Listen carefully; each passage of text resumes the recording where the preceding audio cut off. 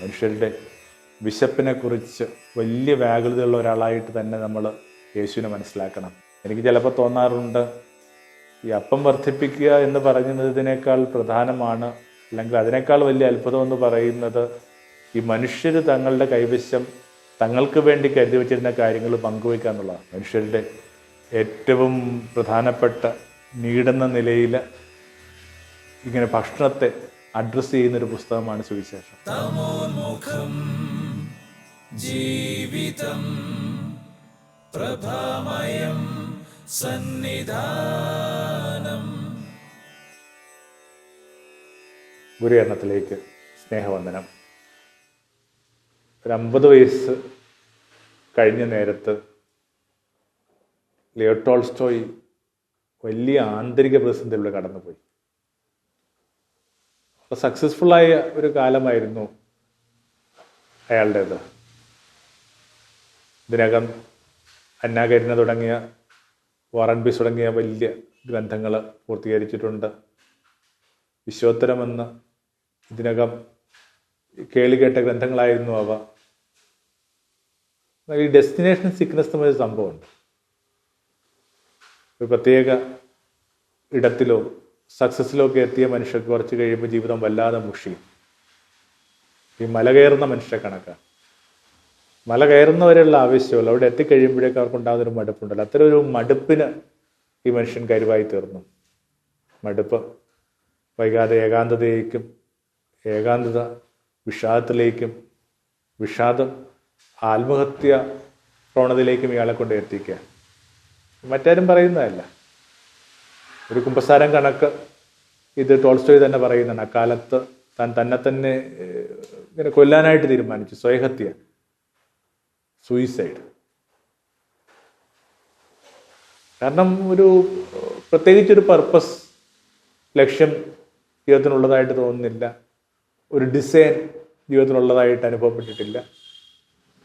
അങ്ങനെ ഒരു അർത്ഥമില്ലാത്ത ഒരു ജീവിതത്തെ മുമ്പോട്ട് കൊണ്ടുപോകുന്നതിനകത്ത് കഥയില്ലെന്നൊക്കെ തോന്നുന്നതുകൊണ്ട് തന്നെ വളരെ ഗൗരവമായിട്ട് ആത്മഹത്യയെക്കുറിച്ച് ചിന്തിക്കുന്നു. നല്ലൊരു എഴുത്തുകാരൻ നിലയിൽ സമാന്തരമായ അയാളുടെ ചില നിരീക്ഷണങ്ങളുമൊക്കെ സംഭവിക്കുന്നുണ്ട്. അയാൾ നോക്കുമ്പോൾ അയാളുടെ കാലത്തെ ശരാശരി മനുഷ്യർ, സാധാരണ മനുഷ്യർ, ഒരു തരത്തിലും ഇയാളുടെ കണക്ക് പ്രിവിലേജ് അല്ലാത്ത മനുഷ്യർ എങ്ങനെ ഇത്രയും ഹർഷത്തിലും സ്നേഹത്തിലും തൃപ്തിയിലുമൊക്കെ ജീവിക്കുക എന്നുള്ളത് ഇയാളെ വല്ലാതെ ചിന്തിപ്പിക്കുന്നുണ്ട്. അപ്പം അതിൻ്റെ ഒരു കാരണം തിരഞ്ഞു പോകുന്ന ഇയാൾ മനസ്സിലാക്കിയ ഒരു കാര്യം ഇതാണ്: ഒരു ചെറിയ പുസ്തകമാണ് ഇവരിത്രയും ഭംഗിയുള്ള മനുഷ്യരായിട്ടും കുലീനരായ മനുഷ്യരായിട്ടും നിലനിർത്തുന്നത്. അത് പിന്നെ പുതിയ നിയമം എന്ന് പറഞ്ഞൊരു പുസ്തകം. അയാൾക്ക് പരിചയമുള്ള വിഷയം തന്നെയാണ്. പക്ഷെ കുറെ അധികം കാലമായിട്ട് അയാൾ അതിനകത്ത് നിന്ന് ഇങ്ങനെ ബോധപൂർവം വഴുതി മാറുകയായിരുന്നു. ആ പുസ്തകത്തിൻ്റെ സരളതയും ആ പുസ്തകത്തിൻ്റെ ആനുകൂല്യം കൊണ്ടാണ് ഈ മനുഷ്യർ ഇത്രയും സമാധാനിതരായിട്ട് ജീവിക്കുന്ന മനസ്സിലാക്കിയ ആ ഒരു കാലത്തിൽ ഇയാൾ ആ പുസ്തകത്തെ കുറെ കൂടി ഗൗരവമായിട്ട് എടുക്കാൻ തുടങ്ങി. മറ്റ് ക്രിയേറ്റീവായിട്ടുള്ള ഒരു രചനയിലും അക്കാലങ്ങളിൽ ഏർപ്പെടാതെ ദീർഘമായ 3 വർഷങ്ങൾ അയാൾ ഈ ചെറിയ പുസ്തകത്തിലേക്ക് ഇങ്ങനെ മുങ്ങിപ്പോവുകയായിരുന്നു. അവിടെ നിന്ന് അയാൾ പുറത്തേക്ക് വരുമ്പോൾ അയാളുടെ കൈവശം ഈ സുവിശേഷത്തിൻ്റെ സാരാംശമെന്ന് വിശേഷിപ്പിക്കാവുന്ന ഒരു ചെറിയ ഗ്രന്ഥമുണ്ട്. എ ബ്രീഫ് ഗോസ്പൽ എന്നാണ് ഇംഗ്ലീഷിൽ അത് പരാവർത്തനം ചെയ്ത് നമുക്ക് കിട്ടുക. ഒരു ലഘു സുവിശേഷം. ഈ ലഘു സുവിശേഷം ഈ മനുഷ്യൻ രൂപപ്പെടുത്തിയിരിക്കുന്ന ഒരു പ്രത്യേക ഒരു ഘടന മനസ്സിൽ കണ്ടുകൊണ്ടാണ്. അവർ ഫാദർ എന്ന് പറഞ്ഞ പ്രാർത്ഥനയുണ്ട്, സ്വർഗസ്നായ പറഞ്ഞ പിതാവെന്ന് പറഞ്ഞ പ്രാർത്ഥന. ആ പ്രാർത്ഥനയ്ക്ക് ഒരു 12 പ്രതലങ്ങളുണ്ട്, 12 സൂചനകളുണ്ട്. ഈ 12 സൂചനകളിലെ ഓരോ അധ്യായത്തിലേക്കും ഇങ്ങനെ ശീർഷകമായി സ്വീകരിച്ച് അതിന് നിരക്കുന്ന കാര്യങ്ങളെ ക്രോഡീകരിച്ചിട്ടാണ് ഈ പുസ്തക രചനയാൽ ഏർപ്പെട്ടത്. അത് വല്ലാത്തൊരു സന്തോഷമുള്ള വായനയായിട്ട് എനിക്ക് അനുഭവപ്പെട്ടു. കാരണം യേശുവിൻ്റെ മുഴുവൻ ജീവിതവും മുഴുവൻ പാഠങ്ങളും ആ ചെറിയ പ്രാർത്ഥനയിലേക്ക് ചുരുങ്ങുന്ന വിധത്തിൽ എന്ത് ഭംഗിയുള്ളൊരു വിചാരം അത്.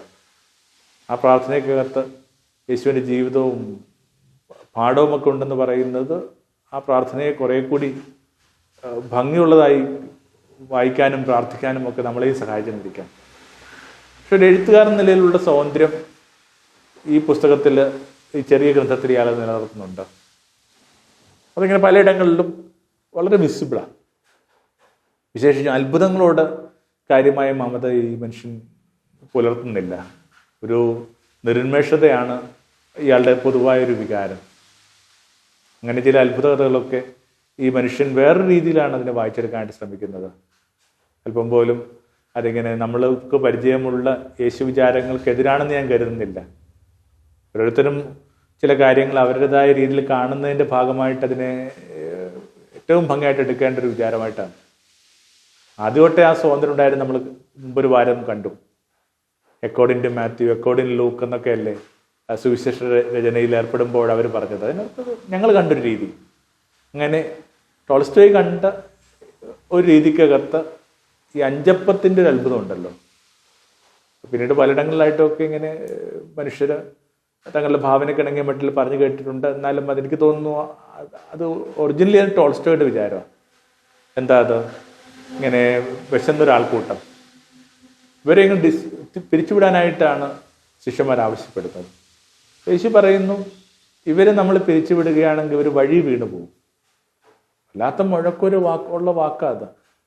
വിശക്കുന്ന മനുഷ്യന് തൻ്റെ വഴി വീണു പോകാനുള്ള എല്ലാ സാധ്യതയും നിലനിൽക്കുന്നുണ്ട്. ഏത് തെറ്റിലേക്കും വഴിതിപ്പോകാനുള്ള സാധ്യത വിശക്കുന്ന മനുഷ്യൻ്റെ മുമ്പിലുണ്ട്.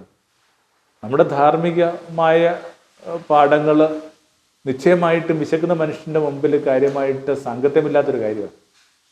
എന്തിലേക്കും വഴിതിപ്പോകാനുള്ള സാധ്യതയുണ്ട്. അപ്പോൾ ആ വാക്കിനകത്ത് തന്നെ ഒരു മുഴക്കമുണ്ട്. വിശക്കുന്നവർ വഴിയിൽ വീണ് പോയേക്കും. എന്നിട്ട് യേശു പറയുന്നതാണ്, നിങ്ങൾ അവർക്ക് കഴിക്കാൻ കൊടുക്കും. അങ്ങനെയാണ് കുട്ടിയുടെ കൈവശം 5 അപ്പമുണ്ടെന്ന് മനസ്സിലാക്കുന്നത്. പിന്നെ നമ്മൾ ഈ ടോൾസ്റ്റോയുടെ ആ ഒരു കൂട്ടിച്ചേർക്കലിലേക്ക് വരികയാണ്. യേശു ഈ അപ്പം തൻ്റെ ശിഷ്യരൊരാൾക്ക് കൊടുത്തിട്ട് പറഞ്ഞു, ഈ പറഞ്ഞ അപ്പം നിങ്ങൾ കൈമാറുക. അങ്ങനെ കുട്ടിയുടെ 5 അപ്പത്തിൽ നിന്ന് ഒരു പുതിയൊരു പങ്കുവയ്ക്കലിൻ്റെ പാഠം ആരംഭിക്കുക.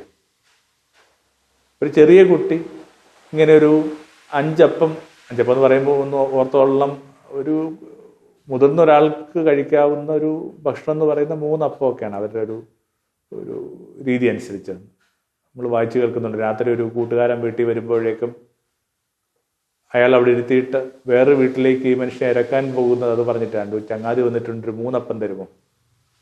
അപ്പോൾ ഈ കുട്ടിയുടെ കൈവശം ഉണ്ടായിരുന്നൊരു 5 അപ്പം.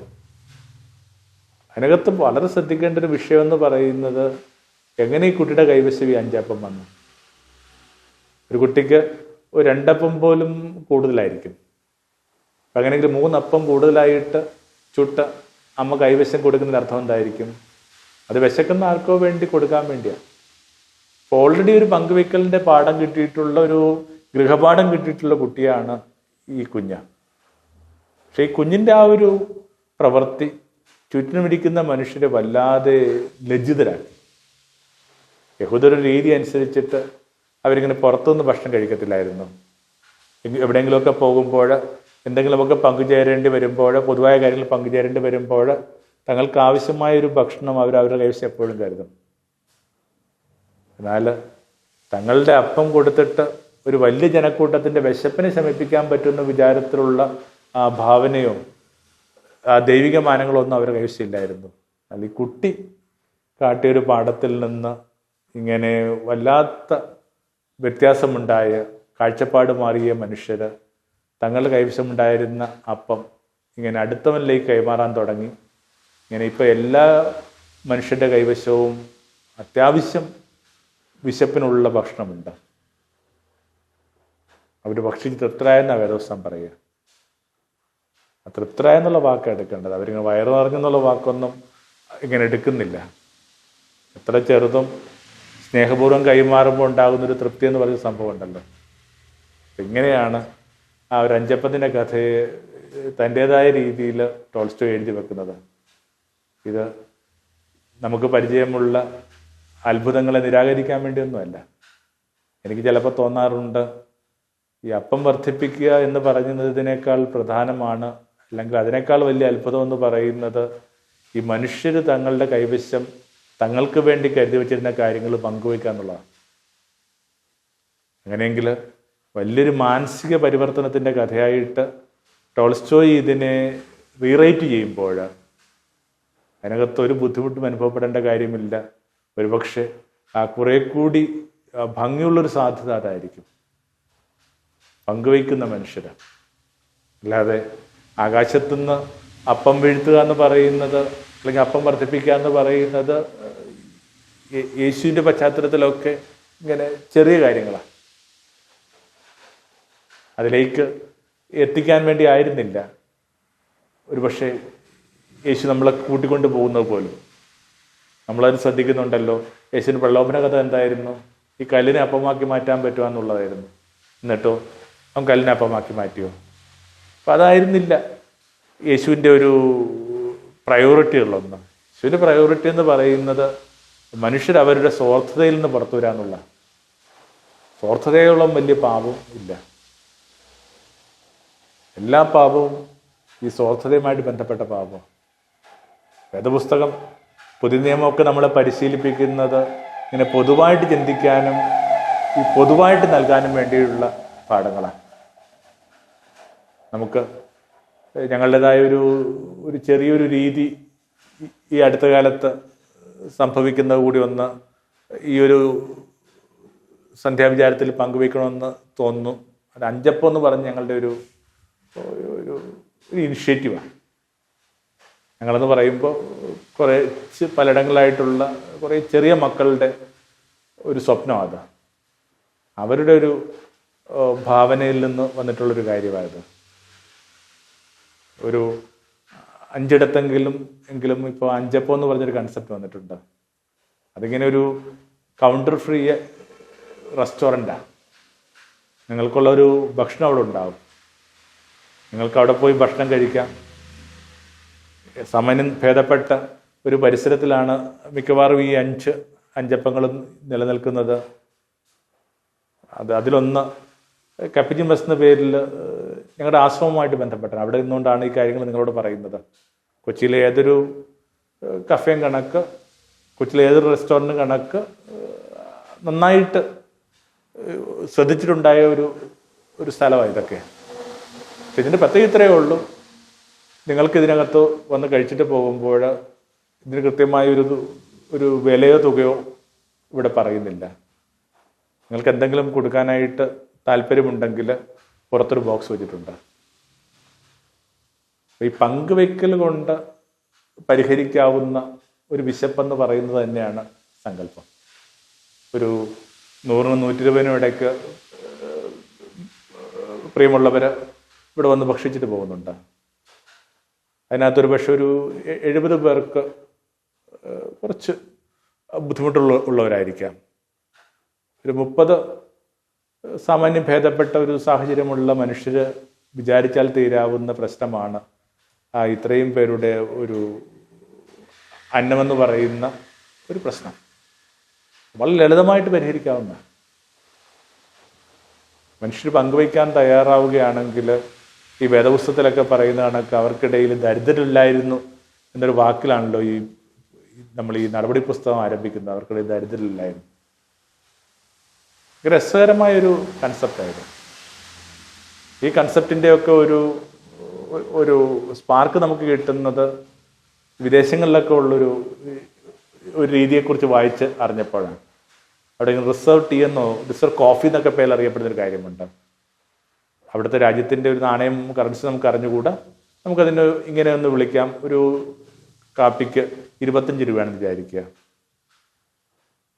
അവിടെ ചായ കുടിക്കാൻ വരുന്ന അല്ലെങ്കിൽ കാപ്പി കുടിക്കാൻ വരുന്ന ഒരാൾ 100 രൂപ അവിടെ കൊടുത്തിട്ട് പോകുന്നു.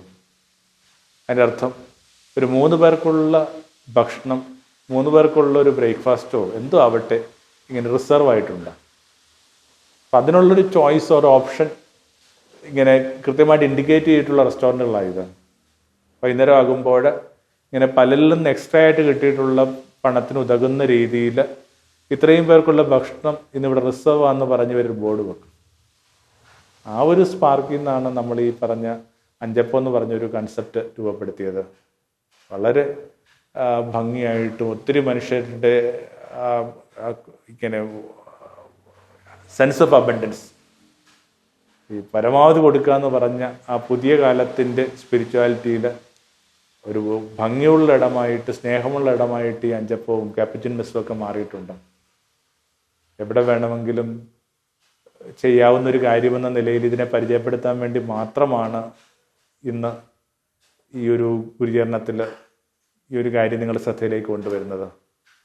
ഏതെങ്കിലും തരത്തിൽ നടന്നുകൊണ്ടിരിക്കുന്ന കാര്യങ്ങൾക്കൊരു സഹായം ആവശ്യപ്പെട്ടുകൊണ്ടോ, അല്ലെങ്കിൽ ഇത്തരം അഞ്ചപ്പത്തിൻ്റെയൊക്കെ പുതിയ പുതിയ ഒരു ഭോജനശാലകൾ ആരംഭിക്കാനായിട്ടുള്ളൊരു സങ്കല്പം കൊണ്ടോ ഒന്നും അല്ലത്. 5 ചെറുപ്പക്കാർക്ക് വിചാരിച്ചാൽ നടക്കാവുന്ന കാര്യമായത്. പണ്ടിങ്ങനെ രാജ്യത്ത് വലിയ പട്ടിണി വന്നപ്പോഴേക്കും ഇവരെ ഊട്ടാനായിട്ട് എന്ത് പറ്റും, ആർക്ക് പറ്റും എന്നൊക്കെ ചോദിക്കുമ്പോൾ, ബുദ്ധൻ ചോദിക്കുമ്പോഴേക്കും ഓരോരുത്തരായിട്ട് ഇങ്ങനെ അതിനകത്ത് നിന്ന് വഴുതി പോവുകയാണ്. അവരൊക്കെ തങ്ങൾക്കതിനാവില്ല എന്ന് പറഞ്ഞ് മാറുമ്പോൾ ഒരു ചെറിയൊരു പെൺകുട്ടി പറയുന്നു, എനിക്ക് ഊട്ടാൻ പറ്റും, കാരണം എനിക്ക് യാചിക്കുന്നതിൽ ലജ്ജയില്ല. അവളിൽ ഇങ്ങനെ ആചാര്യൻ സംപ്രീതനാകുന്ന ഒരു കഥയൊക്കെ ചെറുപ്പത്തിൽ വായിച്ചിട്ടുണ്ട്. അപ്പോൾ ഇങ്ങനെ തങ്ങളുടേത് പങ്കുവയ്ക്കാനായിട്ട് തയ്യാറുള്ളവർ, യാചിക്കുന്നതിൽ ലജ്ജയില്ലാത്ത മനുഷ്യരൊക്കെ കൂടി ചേർന്നിട്ടാണ് ഈ ഭംഗിയുള്ള ഒരു ആശയത്തെ മുമ്പോട്ട് കൊണ്ടുപോകുന്നത്. ഞാൻ പറഞ്ഞു വന്ന കണക്ക് 5 ചെറുപ്പക്കാർ വിചാരിച്ചെന്നാൽ ഒരു വൃത്തിയുള്ളൊരു മുറിയും ഒരു വാഷ്റൂമും ഉണ്ടെങ്കിൽ മുമ്പോട്ട് കൊണ്ടുപോകാവുന്ന ഒരാശയമാണിത്. നമുക്ക് ചുറ്റുമുള്ള ഇടത്തിൽ വെറുതെ യേശുവിനെ കണക്കൊരു വ്യാകുലത അനുഭവിച്ചാൽ നല്ലതാണ്. അവർ വഴി വീണു പോയാൽ എന്ത് ചെയ്യും?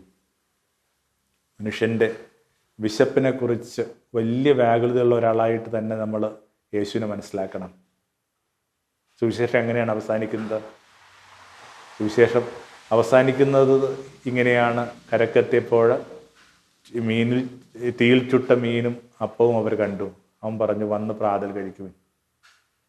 മനുഷ്യരുടെ ഏറ്റവും പ്രധാനപ്പെട്ട നീടെന്ന നിലയിൽ ഇങ്ങനെ ഭക്ഷണത്തെ അഡ്രസ്സ് ചെയ്യുന്നൊരു പുസ്തകമാണ് സുവിശേഷം. ഏതെങ്കിലും തരത്തിൽ സുവിശേഷവുമായി ബന്ധപ്പെട്ട് നിങ്ങൾക്കൊരു ചര്യയോ ജീവിതമോ പരിസരമോ ആവശ്യമുണ്ടെങ്കിൽ ഈ ഒരു കാര്യത്തെ നിങ്ങൾക്ക് ബൈപ്പാസ് ചെയ്യുക അസാധ്യമാണ്. മനുഷ്യൻ്റെ വിശപ്പിന് നമ്മളെന്ത് പരിഹാരം കൊടുക്കുന്നു? യേശുവിനെ സംബന്ധിച്ചിടത്തോളം ഈ ഭക്ഷണശാല എന്ന് പറയുന്നത് ഇങ്ങനെ വെറുതെ ഭക്ഷണം കഴിക്കാനുള്ള ഇടമായിരുന്നില്ല. യേശുവിൻ്റെ പ്രധാനപ്പെട്ട എല്ലാ പാഠങ്ങളും വന്നുകൊണ്ടിരുന്നത്, എല്ലാ പ്രബോധനങ്ങളും വന്നുകൊണ്ടിരുന്നത് ഈ ഭക്ഷണമേശ എന്നാണ്. എവിടെയൊക്കെ യേശു വിരുന്നിരുന്നിട്ടുണ്ടോ ആ വിരുന്നിടങ്ങളെയൊക്കെ അവൻ ക്ലാസ് മുറിയാക്കി മാറ്റി. അവൻ വിരുന്നൊരുക്കിയ മനുഷ്യരെ പോലും തിരുത്തി അവരുടെ ജീവിതത്തെ പ്രകാശത്തിലേക്ക് എത്തിച്ചു. അങ്ങനെ സവിശേഷമായൊരിടമായിട്ടാണ് പുതിയ നിയമത്തിൽ ഈ വിരുന്ന് മേശകൾ മാറുന്നത്, ഭക്ഷണമേശകൾ മാറുന്നത്. ഒരുപക്ഷെ അറിഞ്ഞോ അറിയാതെയൊക്കെയോ അത്ര ബോധപൂർവം അല്ലെങ്കിൽ പോലും നമ്മൾ ഈ 5 അപ്പത്തിന് വേണ്ടി കണ്ടെത്തിയ ഒരു ടാഗ് ലൈൻ വളരെ ക്രിസ്തു കേന്ദ്രീകൃതമായൊരു വിചാരമാണ്. അതിങ്ങനെയാണ്: അന്നവും അക്ഷരവും ആദരപൂർവം. ഒരു കൾച്ചറൽ ഹബ്ബായിട്ട് ഭക്ഷണശാലകൾ മാറും എന്ന് തന്നെ നമ്മൾ വിചാരിക്കണം. കാരണം എല്ലാ കൾച്ചറുകളും ആരംഭിക്കുമ്പോൾ ചില അടിസ്ഥാന കാര്യങ്ങൾ പൂർത്തീകരിച്ചിട്ടുണ്ടോ ഇല്ല എന്നുള്ള ഒരു കാര്യം ഉറപ്പുവരുത്തേണ്ടതുണ്ട്. ചിത്രം വരക്കുന്ന ഒരു ആൾക്കുരങ്ങിനെ കുറിച്ച് പണ്ട് വായിച്ചു കേട്ട കണക്കാണ്. അത് ഭംഗിയായിട്ട് ചിത്രം വരക്കുമായിരുന്നു. പക്ഷേ ഒത്തിരി സന്ദർശകർ വരുമ്പോൾ ഇങ്ങനെ വളരെയേറെ കൊഴുപ്പുള്ള ഭക്ഷണം കൊടുത്ത് ഇതിന് കുറേ പ്രശ്നങ്ങളുണ്ടായി. അങ്ങനെ അത്രയും കൊഴുപ്പ് താങ്ങാൻ പറ്റാത്തത് കൊണ്ട് ഈ ഒരു മൃഗത്തെ അവരിങ്ങനെ പട്ടിണിക്കിട്ടു. പക്ഷെ പട്ടിണിക്കിട്ട മൃഗം പട്ടിണിയിലൂടെ ഏതാനും ദിവസം കടന്നുപോയ ഈ പറഞ്ഞ ആൾക്കുരങ്ങ് അതിനിടയിൽ അതിൻ്റെ ആ വരക്കാനുള്ള അഭിരുചി ഇങ്ങനെ പാടെ മറന്നുപോയി. ഒരു കവിത മൂളണമെങ്കിലും ഒരു പുസ്തകം വായിക്കണമെങ്കിലും ഒക്കെ ഏറ്റവും ബേസിക് എന്ന് പറയുന്നത് ഈ പറഞ്ഞ ആദ്യത്തെ നമ്മൾ പറയുന്ന ഈ ഒരു തീ. നമ്മൾ പലപ്പോഴും വിശപ്പിനെ തീയൊക്കെ ആയിട്ടാണ് നമ്മുടെ ഭാഷയിൽ പറയുന്നത്. ആ തീയെ ശമിപ്പിക്കുമ്പോഴാണ് കണ്ട ആ വിചാരങ്ങളെ ഒന്ന് ക്രോഡീകരിക്കുകയാണ്. ഇത്തിരി പ്രകാശവും ഇത്തിരി ക്രിസ്തുബോധവും ഉണ്ടെങ്കിൽ നമുക്ക് ഈ 5 അപ്പത്തിൻ്റെ കഥകൾ ആവർത്തിച്ചുകൊണ്ടേയിരിക്കാം. തനിക്ക് വേണ്ടി കരുതി വച്ചിരുന്ന ഒന്നോ രണ്ടോ അപ്പക്കഷ്ണങ്ങൾ ഒരാൾ തൻ്റെ പരിസരത്തിന് വേണ്ടി കൈമാറുമ്പോൾ ഇങ്ങനെ വലിയ അത്ഭുതങ്ങളുടെ കഥ ആരംഭിക്കുന്നു. ആ കഥയുടെ ഒടുവിൽ നമ്മൾ വായിച്ചു കേൾക്കുന്നുണ്ട്, തൃപ്തരായി പിന്നീട് 12 കൊട്ട ബാക്കിയുമെന്നാണ് പറയുന്നത്. നമ്മുടെ വീട്ടമ്മമാർക്കൊക്കെ മനസ്സിലാവുന്നൊരു കാര്യമാണിത്. ഒന്നോ രണ്ടോ അതിഥികൾ വരുമ്പോൾ വീടിനകത്തെ പുരുഷന്മാർ വല്ലാതെ ബേജാറാകും. ഇത്രയും പേർക്കുള്ള ഭക്ഷണം ഉണ്ടോ ഇല്ലെന്നുള്ളതിനെ കുറിച്ചൊക്കെ അവർക്ക് സംശയമുണ്ട്. പക്ഷെ കാലാകാലങ്ങളായിട്ട് മനുഷ്യരെ ഊട്ടിയതിൻ്റെ ഒരു ജീനുള്ളിൽ കിടക്കുന്ന ഈ സ്ത്രീകൾക്കറിയാം, എത്ര പേര് കഴിച്ചാലും പിന്നെയും ഭക്ഷണം ബാക്കി വരും. അവർ ഭക്ഷിച്ച് തൃപ്തരായി എന്ന് വേദപുസ്തകം പറയുന്നത് അങ്ങനെയാണ് നമ്മുടെ വീട്ടങ്കണങ്ങളിലും പരിസരങ്ങളിലുമൊക്കെ ആവർത്തിക്കപ്പെടുകയും ഭംഗിയായി മുഴങ്ങുകയും ചെയ്യുന്നത്. ആമേൻ. തമോന്മുഖം ജീവിതം പ്രഭാമയം സന്നിധാനം. തമോന്മുഖം ജീവിതം പ്രഭാമയം സന്നിധാനം.